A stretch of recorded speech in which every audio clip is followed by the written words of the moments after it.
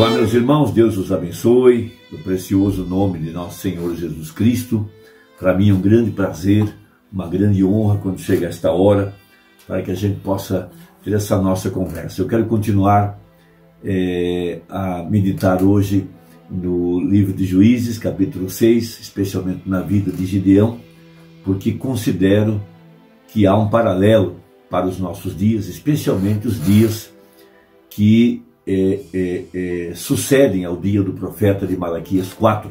Nós temos um paralelo preciso, quando Israel havia se desviado dos caminhos do Senhor e trouxeram para dentro da nação doutrinas falsas e começaram a brincar de igreja. Então Deus se obrigou a entregá-los nas mãos do inimigo por 7 anos. E havia 3 poderes que atacavam a nação. E eles iam para roubar todo o alimento. Com isso Israel começou a se enfraquecer, começaram a empobrecer, crise econômica, crise financeira, até o dia em que eles puderam dar um pare nisso tudo e começaram a clamar ao Senhor. Então Deus lhes envia um profeta depois dos 7 anos, e esse profeta prega a mensagem levando eles ao êxodo, veja, aos dias de Moisés, porque eles tinham as escrituras de Moisés, e eles então conheciam a história bíblica de como Deus libertou Israel do Egito, como Deus os alimentou por 40 anos, e como Deus lhes deu a Canaã por herança, e como que Deus expulsou todos os inimigos que eram contra Israel. Então, Deus vem, através de um profeta, para trazer o povo de volta à fé original. Veja, e o paganismo tinha entrado dentro da nação. Agora, Deus, ele trata conosco como indivíduos. Veja, a exemplo de Jacó e Rebeca, veja, que tiveram 2 filhos, Jacó e Esaú. Um deles era um homem espiritual, o outro um homem carnal. E Deus trata individualmente com cada um de nós. E logo após a mensagem do profeta, então Deus aparece em carne humana para Gideão, revelando-se para ele. Isso é o que a gente chama de a terceira etapa, é a revelação pessoal de Jesus Cristo nesse tempo em que nós estamos vivendo. O grande mistério do 7º selo, os misteriosos 7 trovões vieram revelar, veja, a encarnação da palavra, Jesus Cristo como sendo o mesmo ontem, hoje, eternamente, através do seu corpo, que é a igreja. Então Deus vem a Gideão, veja, e o profeta o chamou de um homem escriturístico, porque ele queria um Deus escriturístico com sinais escriturísticos, porque ele tinha ouvido a mensagem do profeta, e ele então conhecia aquele Deus, com aqueles sinais. Então Deus veio a ele e o chamou de homem valoroso. Ele disse ao profeta que a razão pela qual ele foi chamado de um homem valoroso era porque ele era um homem escriturístico. Veja, então logo após a saída do profeta, é esse o tipo de homem a quem Deus vem hoje. Veja, pessoas que têm a palavra como preeminência, esses que conhecem a palavra e sabem que Deus vive na palavra, estão dispostos a seguir o assim diz o Senhor, que está revelado através da mensagem. Então Deus se revelou a ele em carne humana para que ele pudesse saber que o que seguia após essa revelação era a mensagem. Então ali estava um homem que Deus estava comissionando. Veja, Deus disse a ele, não te enviei eu, depois Deus acrescenta, eu hei de ser contigo. Então ele faz uma oferenda, ele oferece um animal em sacrifício, pães asmos, e traz ao anjo, e põe sobre uma penha. Veja, logo o anjo tocou com o cajado sobre aquele sacrifício, e saiu fogo da penha e consumiu o sacrifício.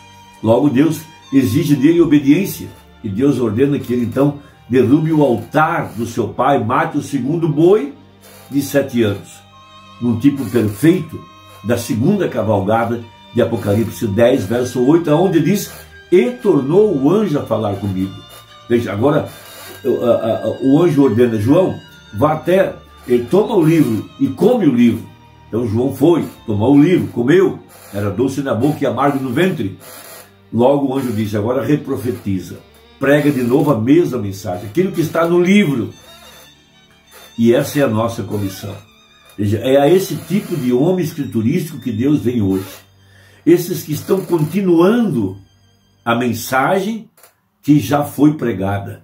Veja, o mesmo padrão Deus seguiu com Josué após os dias de Moisés. Quando Deus disse a Josué, assim como fui com Moisés, assim serei contigo. Tão somente, não te desvie, nem para a direita e nem para a esquerda. Persista em ler, medita dia e noite neste livro. Este é o padrão. E isso é a mesma coisa por toda a Bíblia. Então, logo após a saída do profeta, o anjo se revela em carne humana. É o que a gente chama aqui hoje, para nós, da terceira etapa. A revelação de Jesus Cristo como sendo o mesmo ontem, hoje e eternamente, através do seu corpo, que é a igreja. Veja, o que vem depois? Uma igreja escriturística que pode seguir a mensagem. Agora, quando Gideão foi comissionado, veja, ele não queria cometer erros em seu trabalho, e ele não queria fazer uma obra para Deus fora de sua vontade. Ele sabia que ele não podia fazer aquela obra sem um enchimento total, a plenitude do Espírito Santo sobre ele.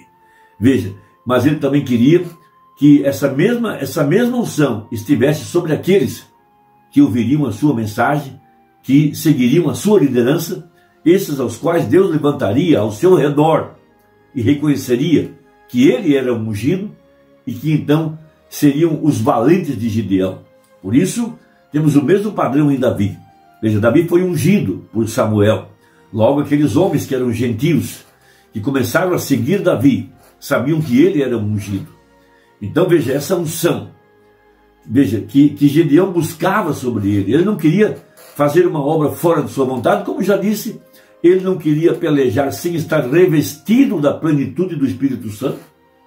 Veja, então ele coloca um velo de lã lá fora e ele faz um teste e pede a Deus para que toda a terra estivesse seca, mas somente o velo de lã estivesse molhado de orvalho. Na manhã seguinte, ele se levanta, toma o velo de lã e percebe que toda a terra estava seca, mas apenas o velo de lã estava molhado. Ele espreme a água e enche um copo daquela água. Veja, ele pôde entender com isso que Deus estava preenchendo ele com a totalidade do Espírito Santo. Veja, é o mesmo que nós estamos buscando nesse tempo, a plenitude do Espírito Santo, porque esta é a promessa de uma igreja cheia, completa, plena, veja, edificada na estatura de um varão perfeito, porque referindo-se aos mortos das 7 eras, eles sem nós não serão aperfeiçoados. Logo ele pede mais uma prova. Senhor, agora eu peço que o novelo de lã esteja seco e toda a terra molhada. No dia seguinte, Deus confirmou para ele o que ele estava pedindo, porque ele precisava saber exatamente que primeiro era um homem ungido e depois um povo ungido. Veja, isso se refere às 2 chuvas de Joel capítulo 2 que viriam sobre a igreja. Uma chuva no plantio, sobre o semeador, sobre o anjo de Malaquias 4. Veja, logo após a sua saída, depois que a mensagem estivesse sido pregada, uma chuva então sobre a igreja para receber a palavra que foi pregada pelo profeta. Então, ele tinha agora a confirmação de que Deus o havia confirmado e Deus o tinha enchido com o Espírito Santo. Por isso o profeta chamou ele de um homem escriturístico. O que ele sabia? Que escritura estava no coração dele? Então nós temos isso em Deuteronômio, capítulo 32. Inclinai os ouvidos aos céus, e falarei, e ouça a terra as palavras da minha boca. Goteje a minha doutrina como a chuva, destile o meu dito como orvalho, como chuvisco sobre a erva e como gotas de água sobre a relva. Veja, ele era totalmente escriturístico. Ele queria ter a convicção de que ele estava sendo liderado pelo Espírito Santo e que ele estava ungido para o trabalho. Por isso temos a ordenança em Atos. Jesus diz: ficai em Jerusalém até que do alto sejais revestidos de poder. É o que cada crente deve buscar para poder servir a causa do Evangelho. Buscar essa plenitude e ter a convicção de que Deus está sobre ele, que Deus está lhe ensinando, abrindo-lhe o entendimento, guiando os seus passos. Veja, por isso Deus enviaria um ensinador de justiça, e ele faria descer a chuva, a temporã e a seródia, no primeiro mês.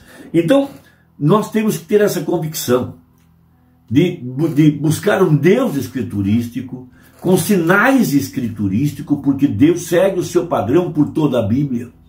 O que ele fez no passado, ele não muda. Veja, ele está aos poucos revelando sua obra para a igreja, e a igreja sabe o que ele quer fazer com a palavra. Por isso nós temos a mensagem: Cristo é o mistério de Deus revelado. Veja, parágrafo 372, onde uma vez parcialmente Moisés o tinha, parcialmente Davi o tinha, ó, que coisa, porém aqui ele está manifestado na plenitude. A própria deidade estando sobre a terra, Deus em sua plenitude para morrer pelos pecados das pessoas, para que ele pudesse trazer para a sua igreja uma vida santificada, para que ele pudesse ter a preeminência. Veja, em plenitude, em sua igreja.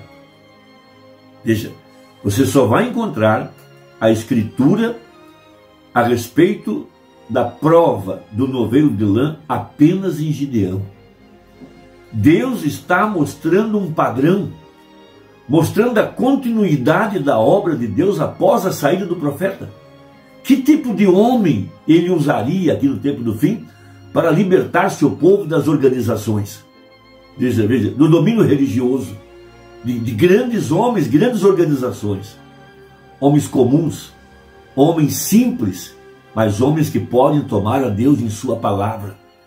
Homens que não vão se desviar nem para a direita nem para a esquerda daquilo que está escrito, daquilo que está na Bíblia e daquilo que está na mensagem. Não se pode acrescentar nem tirar nada. Veja, Gideão sabia disso. Gideão conhecia os escritos de Moisés, porque foi Moisés quem escreveu Deuteronômio 32. Vejam, era o cântico de Moisés, era uma profecia, e ele queria a mesma coisa sobre ele. Ele queria um Deus que pudesse lhe abrir a palavra, que pudesse lhe mostrar as portas secretas por dentro da palavra. E ele queria seguir o padrão escriturístico, o Deus escriturístico, com sinais escriturísticos. Por isso Jesus disse: minhas palavras são espírito e vida. Agora vejam, ele pudesse ter a preeminência, uma igreja que pode colocar a palavra acima de tudo. Uma igreja que sabe que Jesus disse: minhas palavras são espírito e vida. Veja, em plenitude em sua igreja, para manifestar cada promessa nesses últimos dias que ele prometeu. Deus vive em sua palavra, e Deus está cumprindo sua palavra, e Deus toma as suas promessas, e elas não podem cair no solo, elas não podem voltar vazias, elas têm que cumprir exatamente aquilo que foi dito. Veja, para os últimos dias, está vendo?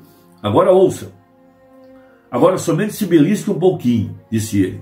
Para que Jesus foi manifestado? Para mostrar a Deus. Ele era Deus. Veja, ele tinha de ser. Ninguém podia morrer, nem o profeta podia morrer. Ele era Deus, ele era o Deus dos profetas. Ele era os profetas. Ele era os reis, ele era a história, ele era aquele que havia de vir.